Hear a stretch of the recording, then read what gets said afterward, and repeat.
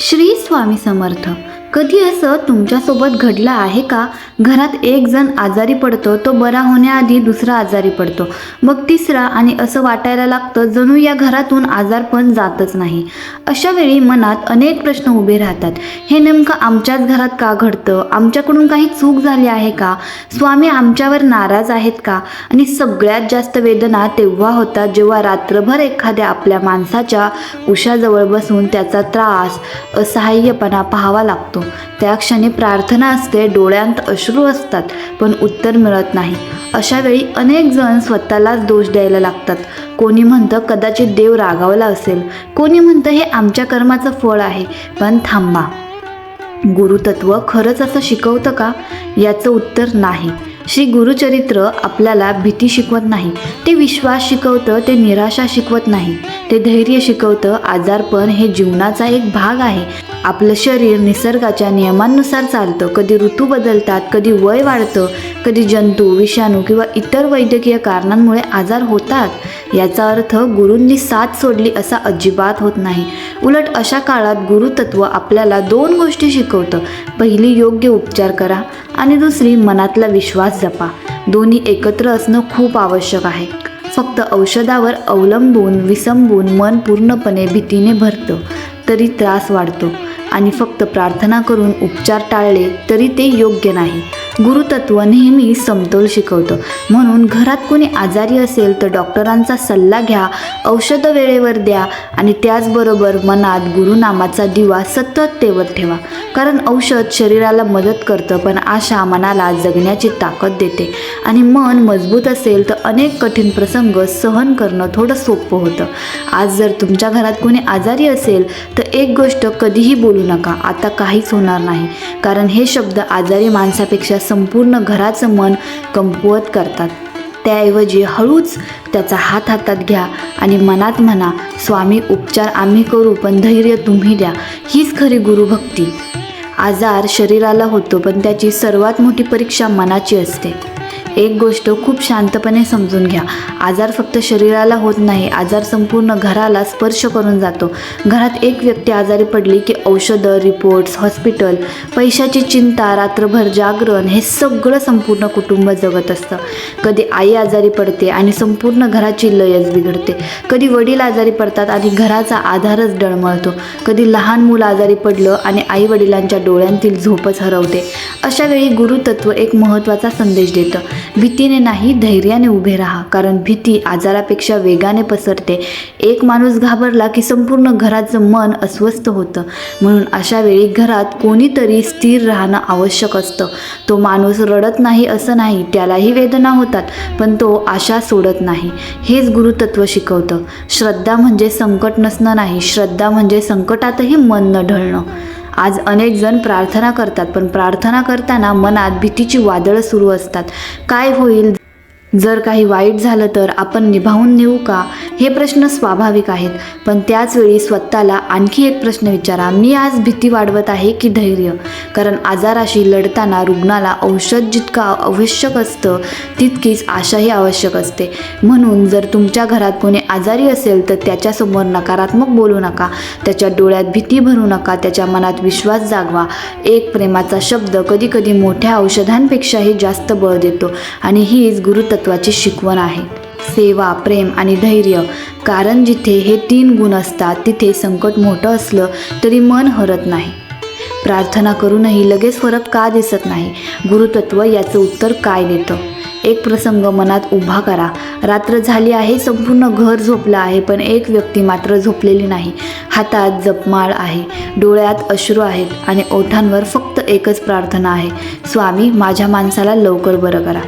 दिवस जातात, औषधं सुरू असतात, प्रार्थनाही सुरू असते, पण लगेच काही बदल दिसत नाही. तेव्हा मनात एक वेदनादायक प्रश्न उभा राहतो, स्वामी माझी प्रार्थना तुमच्यापर्यंत पोहोचत नाही का? हा प्रश्न आजही असंख्य भक्तांच्या मनात येतो, पण गुरुतत्व या प्रश्नाकडे अतिशय शांत नजरेने पाहायला शिकवतं. प्रार्थना म्हणजे देवाला आदेश देणं नाही, प्रार्थना म्हणजे स्वतःला गुरूंच्या चरणी अर्पण करणं. कधीकधी आपल्याला परिणाम दिसायला वेळ लागतो, याचा अर्थ प्रार्थना व्यर्थ गेली असा नसतो. जसं शेतकरी बी पेरतो, त्या दिवशीच पीक येत नाही, तो दररोज पाणी देतो, काळजी घेतो आणि संयम ठेवतो. तसंच श्रद्धेलाही संयमाची साथ लागते. म्हणून आज जर तुम्ही कोणासाठी मनापासून प्रार्थना करत असाल तर ती प्रार्थना विश्वासाने करा, पण त्याचवेळी योग्य उपचार, वेळेवर औषधं, डॉक्टरांचा सल्ला हेही तितक्याच श्रद्धेने पाळा. गुरुतत्व कधीच उपचारांपासून दूर राहायला सांगत नाही, उलट कर्तव्य आणि श्रद्धा दोन्ही एकत्र चालायला शिकवतं. लक्षात ठेवा, काही वेळा गुरुकृपा आजार लगेच नाहीसा करण्यात नसते, ती रुग्णाला तो काळ सहन करण्याची शक्ती देण्यात असते, कुटुंबाला एकमेकांच्या अधिक जवळ आणण्यात असते आणि आशा संपत असताना पुन्हा उभं राहण्याचं धैर्य देण्यात असते. कितीही कठीण काळ असला तरी एक गोष्ट मनातून कधीही जाऊ देऊ नका, मी एकटा नाही, कारण ज्याच्या मनात गुरूंचं स्मरण आहे त्याच्या मनात आशेचा दिवा कधीच पूर्ण विझत नाही. आज जर तुमच्या घरात कोणी आजारी असेल तर त्याच्या पलंगाजवळ बसून फक्त एवढंच म्हणा, स्वामी, जे आमच्या हातात आहे ते आम्ही मनापासून करू, जे आमच्या हातात नाही ते तुमच्या चरणी अर्पण करतो. ही भावना मन हलकं करते, भीती कमी करते आणि विश्वास पुन्हा जिवंत करते. याच विश्वासातून गुरुभक्तीचा खरा प्रवास सुरू होतो. संकट आलं की मन आधी हरतं, शरीर नंतर थकतं. एक गोष्ट जीवनात प्रत्येकाने कधी ना कधी अनुभवलेलीच असते. घरात कोणी आजारी पडतं, सुरुवातीला सगळ्यांना वाटतं काही दिवसात बरं होईल, पण दिवस आठवड्यात बदलतात, आठवडे महिन्यात बदलतात आणि मनात हळूहळू एक भीती जन्माला येते. हे नेमकं कधी संपणार? याच क्षणापासून शरीरापेक्षा मन जास्त थकायला लागतं. रात्रभर जागणं, रुग्णालयाचे फेरे, औषधांचा खर्च, रिपोर्टची वाट पाहणं, हे सगळं फक्त एका व्यक्तीला नाही तर संपूर्ण घराला आतून हलवून टाकतं. अनेक घरांमध्ये या काळात हसणं कमी होतं, संवाद कमी होतो, प्रार्थना वाढते, पण आशा कमी होत जाते. आणि याच ठिकाणी गुरुतत्व आपल्याला एक अत्यंत महत्त्वाची शिकवण देतं.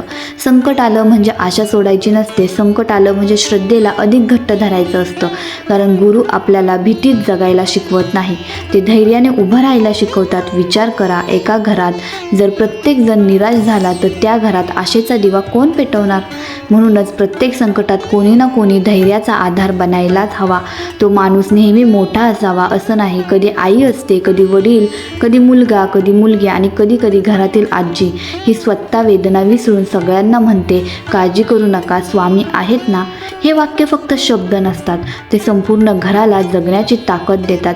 पण याचा अर्थ फक्त स्वामी आहेत असं म्हणून उपचार सोडायचे असा नाही. गुरुतत्व आपल्याला कर्तव्य विसरायला शिकवत नाही, ते कर्तव्य आणि श्रद्धा दोन्ही एकत्र जगायला शिकवतं. डॉक्टर हेही देवाने दिलेले एक माध्यम आहे, औषध हेही जीवन वाचवण्यासाठीच आहे आणि प्रार्थना त्या औषधांसोबत मनाला धैर्य देण्यासाठी आहे. म्हणून आज जर तुमच्या घरात कोणी आजारी असेल तर भीती पसरवू नका, विश्वास पसरवा. रडणं थांबवा असं नाही, पण रडताना देखील स्वामींचं नाव ओठांवर ठेवा, कारण अश्रूंनी मन हलकं होतं आणि गुरुस्मरणाने मन पुन्हा उभं राहतं. अनेकदा संकट आपल्याला कमकुवत करण्यासाठी येत नाहीत, ते आपल्याला दडलेले धैर्य जागं करण्यासाठी येतं. कदाचित आज तुम्हीही अशाच एखाद्या प्रसंगातून जात असाल तर ही गोष्ट कधीही विसरू नका. आजचा अंधार हा कायमचा नसतो, प्रत्येक रात्रीनंतर सूर्योदय होतोच. तसंच प्रत्येक कठीण काळानंतर एक नवीन सकाळ तुमची पहाट घेऊन येत असते. फक्त तोपर्यंत विश्वासाचा हात सोडू नका. आजारापेक्षा धोकादायक असते घरात पसरलेली निराशा. एक गोष्ट कदाचित तुम्हीही अनुभवली असेल, घरात कोणी गंभीर आजारी पडलं की फक्त त्यांचं शरीरच नाही तर संपूर्ण घराचं वातावरण बदलून जातं. पूर्वी जिथे हसणं होतं तिथे शांतता असते, पूर्वी जिथे आनंदाचे जेवण व्हायचे तिथे सगळे फक्त औषधांच्या वेळा मोजत बसतात. पूर्वी जिथे भविष्याची स्वप्न रंगवली जायची तिथे आज फक्त एकच प्रश्न असतो, आता पुढे काय? आणि हळूहळू एक अशी गोष्ट घरात शिरते जी आजारापेक्षाही जास्त धोकादायक असते, ती म्हणजे निराशा. निराशा सुरुवातीला एका विचारातून जन्म घेते, आता काही उपयोग नाही. मग तो विचार शब्द बनतो आणि शब्द संपूर्ण घराच्या मनात भीती पेरू लागतो. याच ठिकाणी गुरुतत्व आपल्याला एक मोठा धडा शिकवतं. शब्द हेही औषध असतात. हो, आपण बोलतो ते प्रत्येक वाक्य रुग्णाच्या मनावर परिणाम करत असतं. जर रुग्णासमोर सतत वाईट शक्यता, भीती, निराशा याच गोष्टी बोलल्या तर त्याचं मन अधिक हार मानू लागतं. पण जर त्याच्यासमोर विश्वासाने हात धरून एखाद्याने एवढंच म्हटलं, आम्ही सगळे तुझ्यासोबत आहोत, तर त्या एका वाक्यात जगण्याची नवी उमेद असते. गुरुतत्व नेहमी सेवा शिकवतं, पण सेवा फक्त औषध देणं नाही. सेवा म्हणजे एखाद्याच्या मनात आशेचा दिवा जिवंत ठेवणं. कधी रुग्णाला औषधांपेक्षा एखादा हसरा चेहरा जास्त बळ देतो, कधी एक प्रेमळ स्पर्श त्याला संपूर्ण दिवस जगण्याची ताकद देतो. आज आपण मोठमोठ्या गोष्टी शोधतो, पण गुरुतत्व छोट्या गोष्टीचं महत्त्व शिकवतं. एक ग्लास पाणी प्रेमाने देणं, वेळेवर औषध देणं, रात्रभर त्याच्या जवळ बसणं, थकूनही त्याच्यासमोर हसणं, ही सगळी गुरुसेवाच आहे. कारण गुरूंना मोठे दिखाऊ विधी नको असतात, त्यांना प्रेमाने केलेली निस्वार्थ सेवा प्रिय असते. आज जर तुमच्या घरात कोणी आजारी असेल तर एक गोष्ट लक्षात ठेवा, त्याच्या खोलीत भीतीचं वातावरण निर्माण करू नका, तिथे आशेचं वातावरण निर्माण करा. मनात स्वामींचं स्मरण ठेवा, पण ओठांवर धीर देणारे शब्द ठेवा, कारण कधीकधी तुमचा आवाज त्याच्यासाठी स्वामींच्या धीरासारखाच ठरू शकतो. लक्षात ठेवा, आजाराशी डॉक्टर लढतात, पण निराशेशी संपूर्ण कुटुंबाला एकत्र लढावं लागतं. आणि ज्या घरात प्रेम, सेवा आणि गुरुस्मरण जिवंत असतं त्या घरात अंधार जास्त काळ टिकू शकत नाही. गुरुकृपा म्हणजे आजार लगेच नाहीसा होणं नाही, तर अंधारातही प्रकाश दिसू लागणं. एक प्रश्न खूप जणांच्या मनात असतो, जर स्वामींची कृपा असेल तर आजार का येतो? हा प्रश्न चुकीचा नाही, पण या प्रश्नाचं उत्तर गुरुतत्व अतिशय शांतपणे देतं. गुरुकृपा नेहमी आपल्या अपेक्षेप्रमाणे दिसत नाही. कधी ती एखाद्या कुशल डॉक्टराच्या रूपात भेटते, कधी वेळेवर मिळालेल्या उपचारांच्या रूपात, कधी योग्य औषधाच्या रूपात आणि कधी संपूर्ण रात्र रुग्णाजवळ जगणाऱ्या एका प्रेमळ माणसाच्या रूपात. म्हणून गुरुकृपा शोधायची असेल तर फक्त चमत्कार शोधू नका, ती माणसांच्या प्रेमातही असते, सेवेतही असते, आधार देणाऱ्या शब्दातही असते. विचार करा, जेव्हा संपूर्ण जग तुमच्यापासून दूर जातं तेव्हा एक व्यक्ती तुमचा हात धरून म्हणते, मी आहे. तो क्षण ही सुद्धा गुरुकृपाच असू शकते. गुरुतत्व आपल्याला एक गोष्ट वारंवार शिकवतं, दुःख माणसाला दोन मार्ग दाखवतं, एक निराशेचा आणि दुसरा श्रद्धेचा. कोणता मार्ग निवडायचा हे आपल्या हातात असतं. आज जर तुमच्या घरात आजारपण असेल तर स्वतःला एक वचन द्या, मी भीतीपेक्षा विश्वास मोठा ठेवेन, तक्रारीपेक्षा प्रार्थना मोठी ठेवेन, निराशेपेक्षा आशा मोठी ठेवेन. कारण ज्याच्या मनात आशा जिवंत असते तो कठीण प्रसंगातही पूर्णपणे तुटत नाही, आणि ज्याच्या मनात गुरुस्मरण असतं तो एकटा वाटत नाही. आज या क्षणी जर तुमच्या घरात कोणी उपचार घेत असेल तर त्याच्यासाठी एक छोटी प्रार्थना करा. स्वामी, आम्हाला या संकटातून योग्य निर्णय घेण्याची बुद्धी द्या, रुग्णाला धैर्य द्या, डॉक्टरांना योग्य उपचार करण्याचं सामर्थ्य द्या, आणि आमच्या घरातील विश्वास कधीही कमी होऊ देऊ नका. ही प्रार्थना फक्त शब्द नाहीत, ही मनाला स्थैर्य देणारी भावना आहे. लक्षात ठेवा, आजार कधी शरीराला थकवतो, पण निराशा आत्मविश्वास थकवते. म्हणून उपचार सुरू ठेवा, प्रार्थना सुरू ठेवा, सेवा सुरू ठेवा आणि विश्वास कधीही सोडू नका. कारण गुरुतत्व आपल्याला हेच शिकवतं, अंधार कितीही दाट असला तरी एक छोटासा दिवा संपूर्ण अंधाराला आव्हान देऊ शकतो. तुमच्या घरात तो दिवा औषधांचाही असू द्या, प्रार्थनेचाही असू द्या आणि एकमेकांवरील प्रेमाचाही असू द्या. विश्वास ठेवा, अशा घरात आशा कधीच संपत नाही. जेव्हा श्रद्धा डळमळते तेव्हा गुरु सर्वात जवळ असतात. कधी असं घडलं आहे का की तुम्ही मनापासून प्रार्थना केली, डोळ्यात पाणी आणून स्वामींचं नाव घेतलं, पण तरीही परिस्थिती बदलली नाही? उलट दिवसेंदिवस अडचणी वाढतच गेल्या आणि एक दिवस मनातून एक आवाज आला, स्वामी, मी इतकी प्रार्थना करतो तरी माझंच का ऐकत नाही? हा प्रश्न अनेक भक्तांच्या मनात कधी ना कधी नक्कीच येतो. पण या क्षणी सगळ्यात मोठा धोका आजार नसतो, सगळ्यात मोठा धोका असतो श्रद्धा ढळण्याचा. कारण जेव्हा मन निराश होतं तेव्हा माणूस प्रार्थना करणं कमी करतो, हळूहळू देवघरात जाणं कमी होतं, नामस्मरण कमी होतं आणि एक दिवस तो स्वतःलाच म्हणतो, काही उपयोग नाही. या क्षणी गुरुतत्व आपल्याला थांबवतं आणि शांतपणे सांगतं, तू परिणाम पाहून विश्वास ठेवतोस की विश्वास ठेवून परिणामाची वाट पाहतोस? या दोन गोष्टींमध्ये खूप मोठा फरक आहे. कारण जर आपली श्रद्धा फक्त सगळं चांगलं चालू असतानाच टिकत असेल तर ती श्रद्धा नाही, ती परिस्थितीवर अवलंबून असलेली भावना आहे.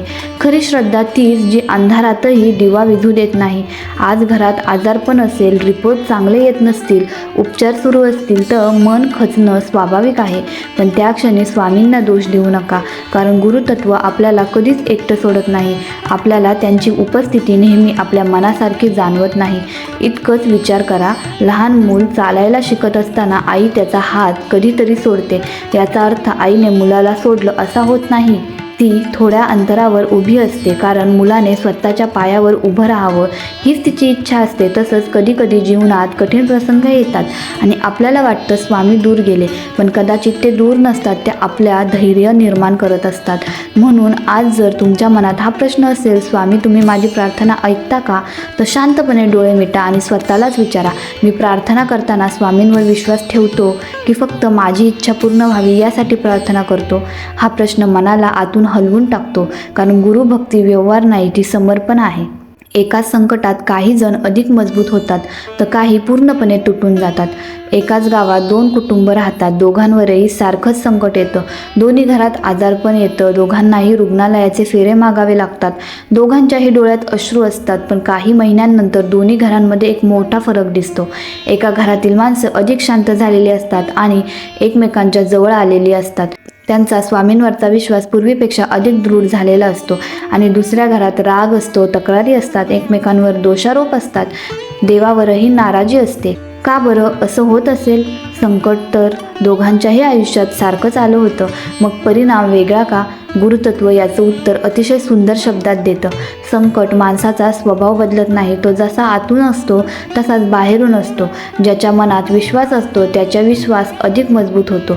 ज्याच्या मनात भीती असते ती अधिक वाढते. ज्याच्या मनात राग असतो तो अधिक तीव्र होतो.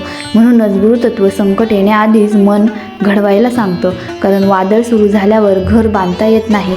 घर वादळ येण्याआधीच भक्कम बांधावं लागतं. तसंच श्रद्धा ही संकट आल्यावर एका दिवसात निर्माण होत नाही. ती रोजच्या नामस्मरणातून, प्रार्थनेतून, सदाचारातून हळूहळू वाढत असते. आज जर तुमच्या घरात आजारपण असेल तर एक गोष्ट नक्की करा, एकमेकांवर राग काढू नका, कारण संकटाशी लढताना शत्रू आपलं कुटुंब नाही, शत्रू ती परिस्थिती आहे आणि ती परिस्थिती एकत्र राहूनच पार करतात येते. गुरुतत्व नेहमी एकतेची शिकवण देतं. जेव्हा घरातील प्रत्येकजण एकमेकांचा हात धरतो तेव्हा संकट मोठं असलं तरी त्याचं ओझं हलकंसं होतं. म्हणून आज जर तुमच्या घरात कठीण काळ सुरू असेल तर स्वतःला एक वचन द्या, या संकटात मी कोणालाही दोष देणार नाही. मी माझ्या कुटुंबाचा आधार बनेन आणि स्वामींच्या कृपेवर विश्वास ठेवून प्रत्येक दिवशी धैर्याने जगेन. कारण काही वेळा गुरुकृपा संकट दूर करण्यात नसते, ती संपूर्ण कुटुंबाला एकमेकांच्या अधिक जवळ आणण्यात असते. आणि हा बदल कोणत्याही चमत्कारापेक्षा मोठा असतो. श्रद्धा टिकवणं म्हणजे चमत्काराची वाट पाहणं नाही, तर प्रत्येक दिवस धैर्याने जगणं. आज या भागाच्या शेवटी एक प्रश्न स्वतःलाच विचारा, जेव्हा घरात आजारपण येतं तेव्हा आपण सगळ्यात जास्त कशाची भीती बाळगतो? आजाराची की उद्या काय होईल या विचाराची? कारण अनेकदा आजारापेक्षा भविष्यातील भीती मनाला जास्त थकवते. मन वारंवार तोच विचार करत राहतं. जर उपचार यशस्वी झाले नाहीत तर, जर पुन्हा आजार वाढला तर, जर सगळं आपल्या मनासारखं झालं नाही तर, हे प्रश्न नैसर्गिक आहेत. पण याच ठिकाणी गुरुतत्व आपल्याला वर्तमानात जगायला शिकवतं, कारण उद्याची चिंता आजचं धैर्य हिरावून घेतं. गुरुभक्ती आपल्याला उद्याची खात्री देत नाही, पण आजचा दिवस धैर्याने जगण्याची शक्ती देतं. आज जर तुमच्या घरात उपचार सुरू असतील तर उद्याचा विचार करून आजचा दिवस अश्रूंमध्ये घालवू नका. आज जे करता येईल ते पूर्ण मनापासून करा. वेळेवर औषधं द्या, डॉक्टरांचा सल्ला पाळा, रुग्णाला प्रेम द्या आणि स्वामींचं स्मरण सोडू नका. लक्षात ठेवा, श्रद्धा म्हणजे हातावर हात ठेवून बसणं नाही. श्रद्धा म्हणजे आपलं कर्तव्य पूर्ण प्रामाणिकपणे करणं आणि जिथे आपली मर्यादा संपते तिथे गुरूंच्या चरणी मन अर्पण करणं.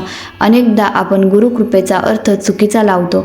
आपल्याला वाटतं गुरुकृपा म्हणजे संकटच येऊ नये, पण गुरुतत्व वेगळंच सांगतं. गुरुकृपा म्हणजे संकटातही विश्वास जिवंत राहणं, कारण ज्या मनात विश्वास जिवंत असतो ते मन कधीच पूर्णपणे हरत नाही.